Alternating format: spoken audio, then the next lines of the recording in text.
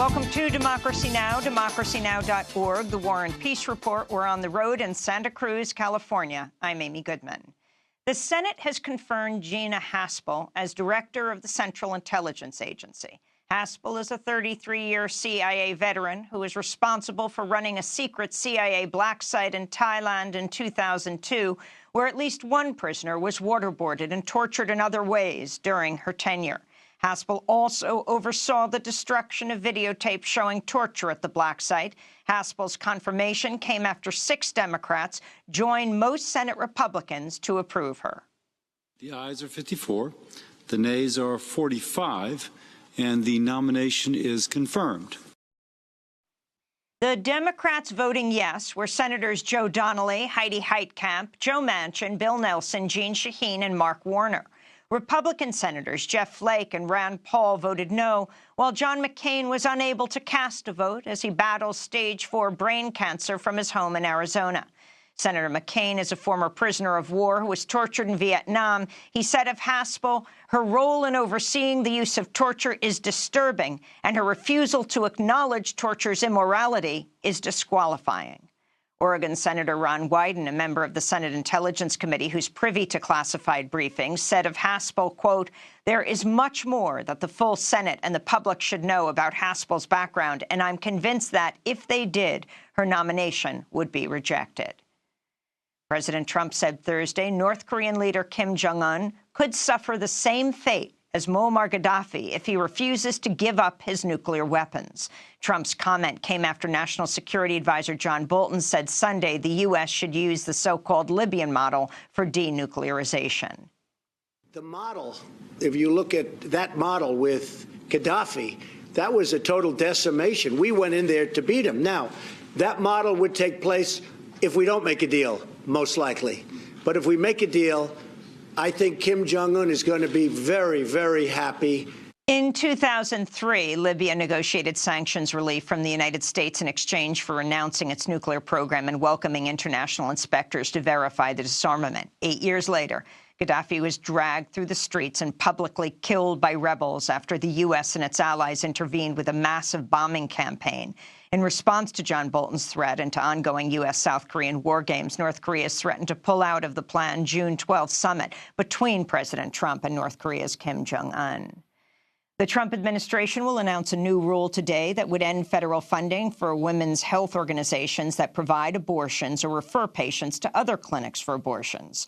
The rule is aimed at Planned Parenthood, the longtime target of anti-choice activists. This is former Planned Parenthood President Cecile Richards speaking earlier this month on Democracy Now! It's a domestic gag order that would really parallel what's happening overseas.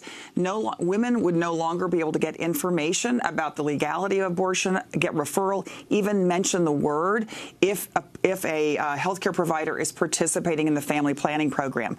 Planned Parenthood provides more than 40% of the family planning through the National Family Planning Program.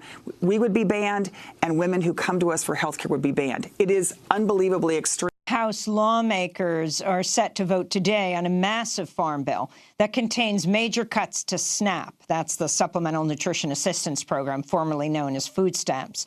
According to the Center on Budget Policy Priorities, the bill would cut food assistance to more than 2 million people, while largely offsetting the savings by expanding state and federal bureaucracies. Today's vote comes as a new United Way study finds 40% of U.S. households cannot afford the basics of a middle-class lifestyle: rent, transportation, childcare, and a cell phone. The study finds more than 50 million U.S. households are now living in poverty or unable to meet the costs of ordinary expenses. Republican leaders in the Senate Intelligence Committee have broken ranks with President Trump and their House counterparts, saying they see no reason to dispute the conclusion that Russia interfered on behalf of Donald Trump in the 2016 U.S. election. The finding contradicts an earlier report by the Republican-controlled House Intelligence Committee, which says it found no evidence of collusion between Trump's campaign and the Russians. The news comes after President Trump's lawyer, Rudy Giuliani, said members of special counsel Robert Mueller's team have concluded they cannot indict a sitting president. The Trump administration said Thursday Chinese trade negotiators have offered to spend as much as $200 billion a year to purchase additional U.S. goods in a bid to prevent President Trump from imposing sanctions on Chinese products. But China's foreign ministry denies the claim, saying talks aimed at avoiding a trade war with the U.S. are still ongoing. Trump said Thursday he doubts the trade negotiations with China will succeed. Egypt's authoritarian president, Abdel Fattah al-Sisi, has ordered the Rafah border crossing with the Gaza Strip opened until the end of the Muslim holy month of Ramadan on June 14th.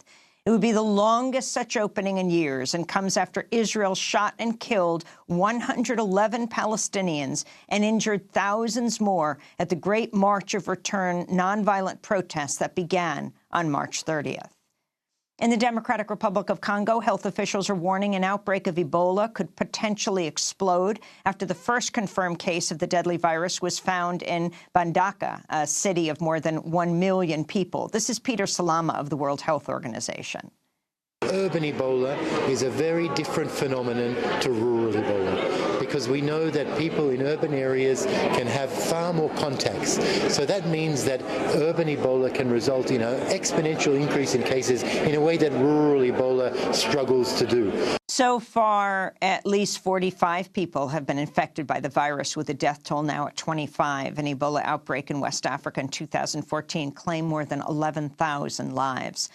Colombia's government has ordered tens of thousands of people to evacuate areas along the Cauca River as heavy rains threaten to breach a hydroelectric dam under construction. At least 600 people have been left homeless after workers cleared a blockage at the megadam in northwestern Colombia, causing a surge in river levels downstream that flooded homes and destroyed schools, bridges, and a health center.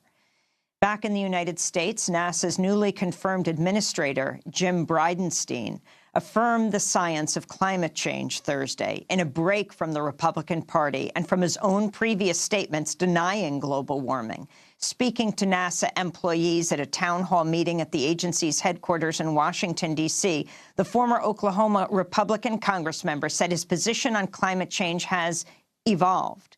In 2013, Bridenstine demanded President Obama apologize for funding climate research and falsely said from the House floor that global temperatures stopped rising early this century. I don't deny the consensus that the climate is changing. In fact, I fully believe and know that the climate is changing. I also know that we, human beings, are contributing to it in a major way.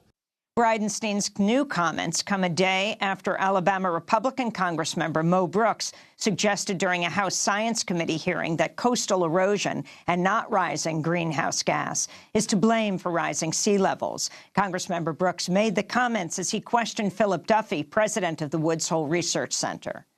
What about I'm pretty sure the that White Cliffs of Dover, California, where you have the waves crashing against the shorelines, and time again, you're having the cliffs crash into the sea. All of that displaces water, which forces it to rise, does it not?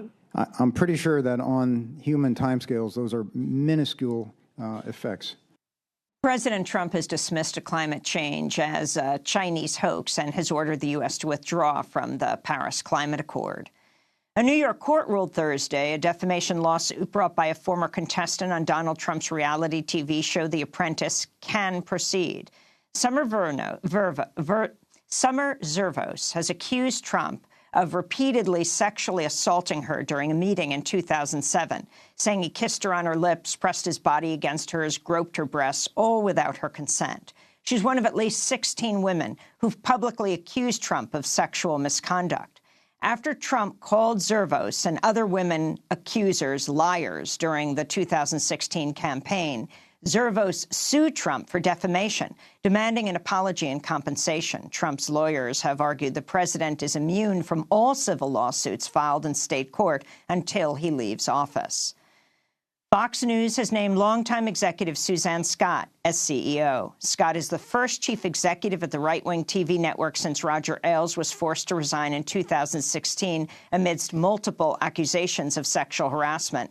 Scott has been cited in lawsuits by at least 2 former women employees at Fox who say she covered up their complaints of harassment. She also reportedly worked to maintain Roger Ailes' demand that women at the network wear skimpy outfits, with one former Fox News contributor saying, quote, "You've got to wear your skirts short and your heels high."